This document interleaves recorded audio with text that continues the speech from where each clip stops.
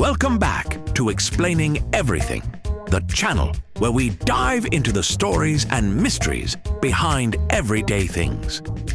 Today's question comes from one of our curious viewers, Space Bagel 77. Thanks for the suggestion, Space Bagel. You asked, why are bunnies associated with Easter? I mean, if Easter is all about resurrection and renewal, why did a rabbit get the job of delivering eggs? Isn't that kind of the chickens thing? Today, we're hopping into the surprising origins of the Easter bunny, from ancient fertility symbols to German folklore to the bizarre logic behind a candy-delivering rabbit. If you've ever looked at a chocolate bunny and thought, how did we get here? Let's get into it, right here on Explaining Everything.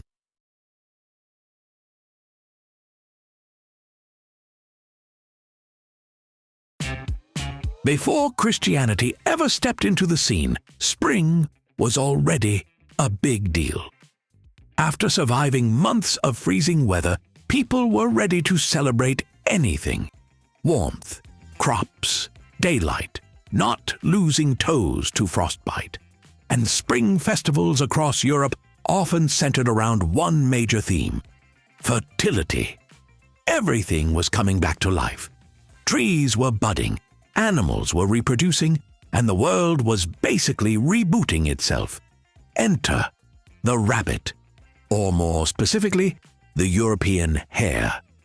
People noticed that these animals seemed extra wild and hyper during spring, running in circles, fighting and, multiplying. A lot. Like aggressively. Because of this, hares became a symbol of fertility and new life. And that symbolism stuck. Even before anyone thought to paint an egg pastel pink, the hare was already the unofficial mascot of spring fever. Now, there's a frequently mentioned character in this origin story, a pagan goddess named Ēostre or Ostara, depending on who you ask and how many vowels you're comfortable using.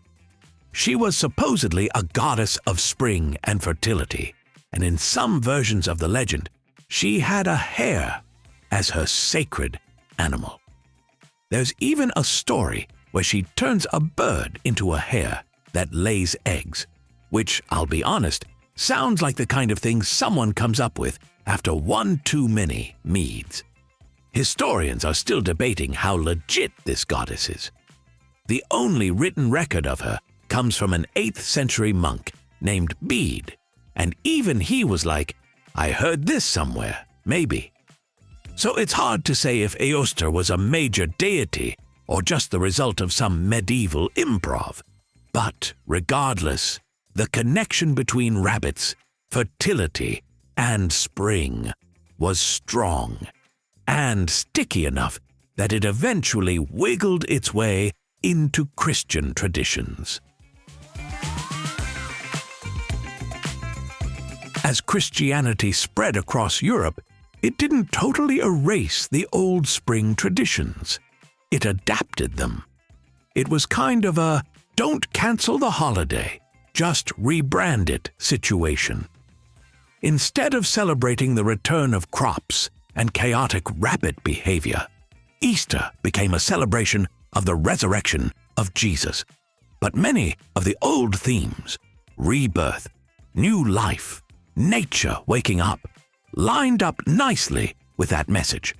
So while the Bible doesn't mention a rabbit lurking outside the tomb on Easter morning, people kept using springtime symbols that had been around for centuries. And that meant the hare, with all its overachieving fertility energy, stuck around. Now let's fast forward to 1600s Germany, where we meet a very important player in the bunny business, the Osterhase. The Osterhase was a mythical egg-laying hare, yes, hare, that would sneak into homes and leave decorated eggs for children. This was basically early Easter Bunny fan fiction, but the kids were into it. They'd build little nests for the Osterhase to leave eggs in and hope for goodies if they'd been good. How did people just accept a mammal that lays eggs? No idea. It's like everyone collectively said, "Sure, that checks out," and moved on with their lives. When German immigrants came to America, especially to Pennsylvania, they brought the Osterhase tradition with them. Over time, it Americanized. The hare became a rabbit. The nests became baskets. And the eggs? Oh, those got chocolatized. Because America. Here's where things get even weirder. Because someone, somewhere, decided that if the Easter Bunny is going to be delivering eggs, those eggs might as well be made of sugar, and also be hidden in your backyard for some reason. By the 19th century, chocolatiers in Europe started creating rabbit-shaped candies and chocolate eggs specifically for Easter, and it exploded. By the 20th century, the Easter Bunny had become a full-blown seasonal celebrity, right up there with Santa Claus, but with less personal responsibility. This bunny doesn't keep a naughty list. He just hops around like a sugar-dealing cryptid, delivering treats and confusing biologists everywhere. Let's recap. Bunnies got linked to Easter because ancient folks saw them as fertility symbols, since they reproduce like it's their job, which, to be fair, it kind of is. Pagan traditions around spring and rebirth featured rabbits and hares pretty heavily, including maybe a goddess with a shape-shifting egg-laying rabbit sidekick. Then German folklore gave us the Osterhase, the proto-Easter bunny, who delivered eggs to good children.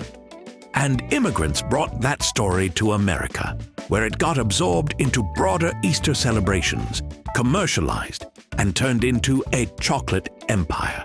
So while a rabbit delivering candy-filled eggs might seem random, it actually makes a strange kind of historical sense. Fertility, folklore, and sugar. The holy trinity of spring marketing. If you enjoyed this video, give it a like, hit subscribe, and be good this Easter so that you can have those deliciously sweet eggs. Also, if you have suggestions for our next video, feel free to share them in the comments below. We'll be sure to give you an acknowledgement for your contribution. Thank you for tuning in, and join us next time here in the channel that answers all the why, what, who, where, and how questions you've always wondered about, here on Explaining Everything.